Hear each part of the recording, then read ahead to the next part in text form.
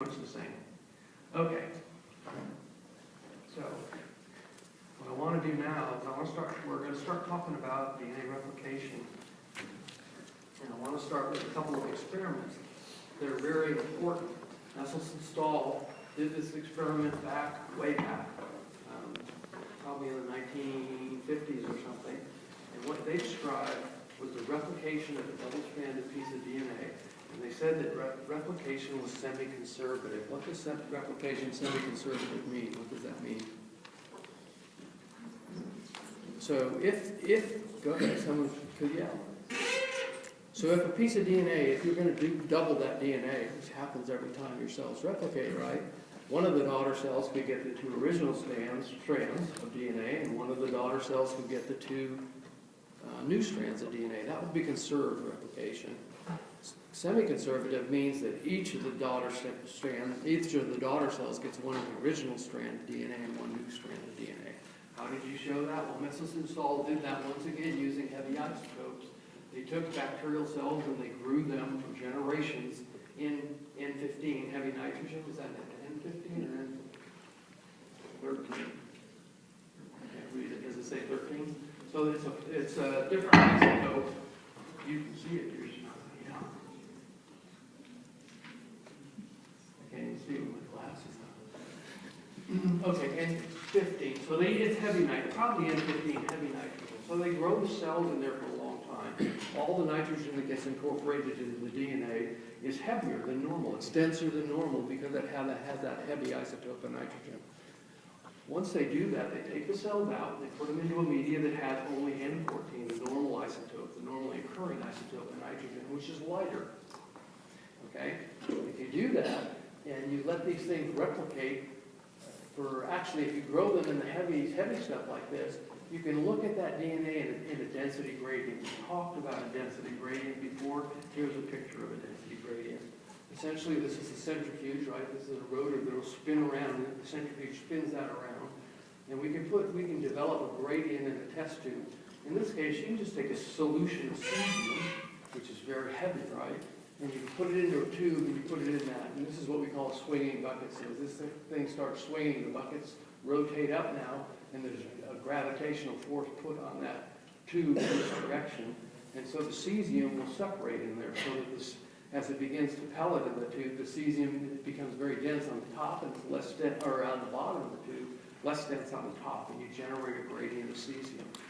And then biological molecules will fractionate or move through that gradient until they reach their density, and they'll stop. They'll band, right?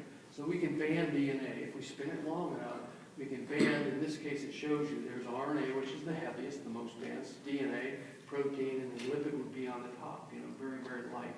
So you can separate biological molecules by their density more than by their size. Right? These can be all different weights, molecular weights, but they're sitting there because of their density. We can do DNA like that. We can separate DNA like that, okay? If you go back to Esselstyn Stahl's experiment, if you take this heavy DNA, you centrifuge it, or go to a particular point there, if you let these things then divide for one generation, so that all the cells have this hybrid DNA where there's one of the parent strands, which are N15, and one of the new strands, which are N14, because they're synthesized with DNA after you migrate it, right? Isolate DNA, double-stranded DNA, put it in a gradient, density gradient, and you can see what happens is that it's of intermediate density, because each of these have both. Now, if these replicate again, right, two of the replicates up here are going to have a heavy strand, one of the conserved strands, plus a new strand, but two of them on the outside, you see, that came from the new strand in this one, are going to have a new strand there. So these guys are going to be of hybrid density again, and these guys now are going to be light. They're going to have two, yes? So when you spin through the cesium, if it were just conserved, there would be two bands, but if it's semi-conserved... If it's conserved, there's one band. Oh yeah, you're right, there'd be two bands, right. But if it's semi-conservative, in the first time you have that one hybrid band. The second time is here, you can see you have hybrid bands again, but now you have two of the light bands. And there it is, right? You see the hybrid band and the light band. And the further you go now, each time you do it, you're going to conserve these two hybrid bands because of the two heavy chains, the gray one there, right, that are continued on as templates. But each time you're going to make more of these that are light. There's 3 of the light chains, so you end up with 3 double chain homologous light pieces. And because of that, right, you can see the intermediate peak, the hybrid peak shrinking, and now the uniformly light DNA, that peak grows, and that continues to happen until you get to, eventually you just wash those guys out. So what you see is pretty much just the heavy stuff. If you were to take this after a long amount of time and mix it with an equal amount of that, you see 2 peaks, the heavy peak, right, and the light peak over there. If you were to mix it with a little bit, if you mix it at some of this here, a good amount of this, and the equal amounts of this, this, and this, you see 3 peaks. Everybody see that? So the homologous light chain, the homologous where there's 2 light chains, has a different density than the hybrid that has 1 light and 1 heavy, and the homologous heavy chain, which has 2 heavies. And they'll separate by density, which is generated by that N15 atom. Everybody see that? What? Why does look at the heavy band here from the last circle? Down in here? Yeah. What they've done is they've mixed it. This is a mixing experiment. They've taken some of this and some of this to show you that they separate differently. Both of these are mixing experiments. See, they're mixed. Just to show you, they've mixed, in this case, they mixed some 0 with some 1.9, which is the hybrid, and then you see all 3. Here they mixed 0 with the 4.1, where it's mostly heavy, so you see only 2 bands. They're just trying to show you how that gradient works.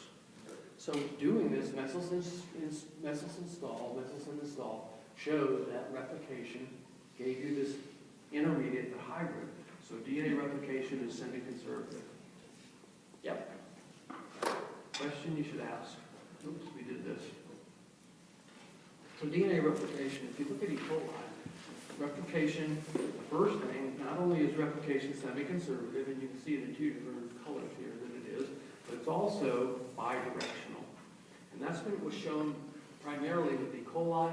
This shows a replication bubble, right? We have to separate these 2 strands in order to replicate them. And as we do separate them, we make this replication bubble. And in E. coli, you can do the calculations. Remember, coli has a single round double-stranded piece of DNA.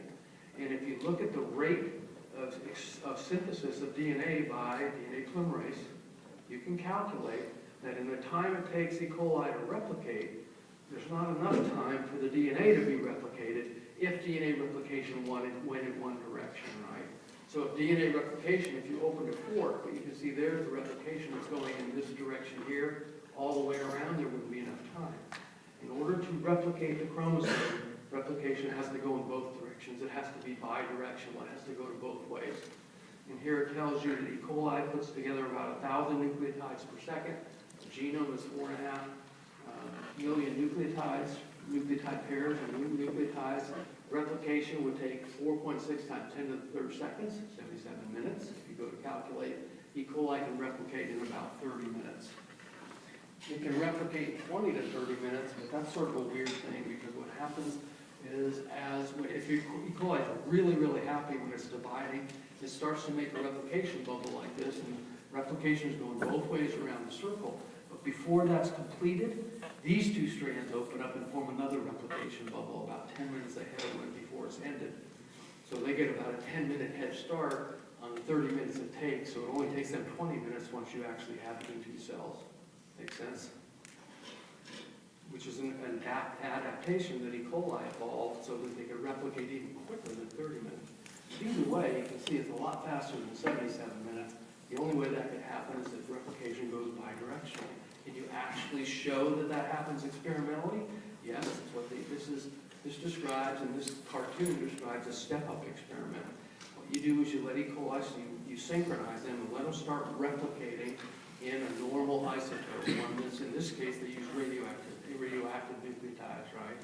So you just start in regular nucleotide triphosphates, and then after a couple minutes or so, when they've had some time to replicate, you throw in radioactive nucleotides. A lot of them. right? So now the cell's incorporating radioactivity. Actually, it's not quite that easy. In here, there's some radioactivity in here, and then you up it. You make the concentration of the radioactive nucleotides much more, much more concentrated. Let it go on and replicate it for a while, fix the cells, and then expose DNA to X-ray film, to a film. And as that decays, as the P32 decays in there, it exposes the silver grains. And that's what this cartoon shows here. You can see this region in here where the strands are light. These are the double-stranded DNA are light. Is this region here, right, where you've incorporated a little bit of isotopes so you can see those dots. And then when you up the concentration of the nucleotides, that's here. Right? You can see it here. There's a single strand of DNA on the end that hasn't replicated yet. But you can see that it gets much darker in both directions. If it was unidirectional, then what you'd see is a light area like this and dark on one side and not the other. But since it's bidirectional, you see it on both sides. That's called a step-up experiment because you up the concentration of the nucleotide. So we've done 2 experiments now to show that it's semi-conservative and that replication is bidirectional. Okay, I know. That's what happens when you come late. Okay.